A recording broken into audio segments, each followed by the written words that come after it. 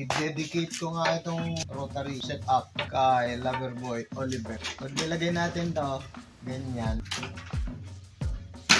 Quick setup, clip siya. Clip type siya. Medyo bago-bago pa lang kasi. Yan. Nagawan ko pa ng paraan para mas madali. Ginanon mo. Quick lock siya. Tingnan natin dito. Meron siya yung stopper. Ito. T-guide. Tapos lagyan na rin natin ng ano dun sa loob. Parang yung pang Y-axis niya. Ito X-axis ito na. Kasi yung winaplano ni kasamang Oliver, tie registration na rotary. Ito, gagamitan natin ng clamp. Tingnan natin sa ano ilalim. Uy! Ang taas ng off contact oh, 2 finger. Kaya mahigit. Yan. Okay, bababa natin yan. Pwede nating manipulahin dito. Pwede ka.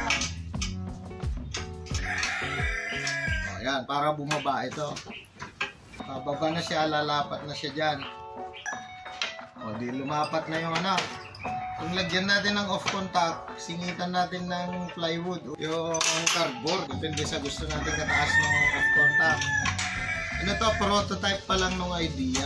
Ito, matagal ko nang ginawa itong ano to. Parang lever na ginaya natin dun sa heat press para mag-lock. O, ayan ha. O, di nakalapat na siya. Yun, nakalapat na.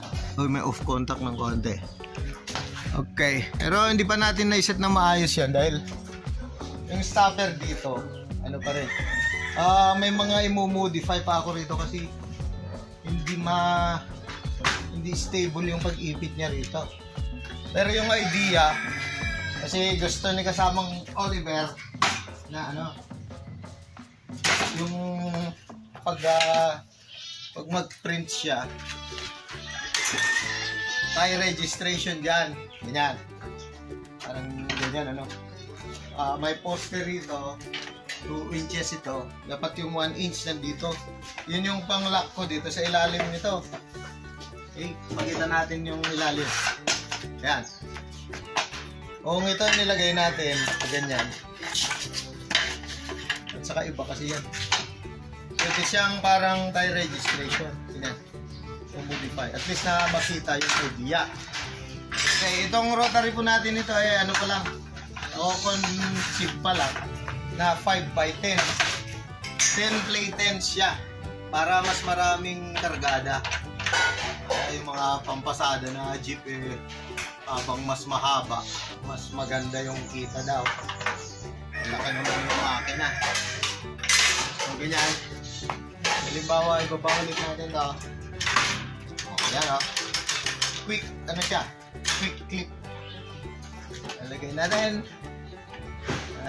May iti-tweak pa ako dyan. Tapos, yung T-guide doon, parang ikakabit natin na pang ano, line table style.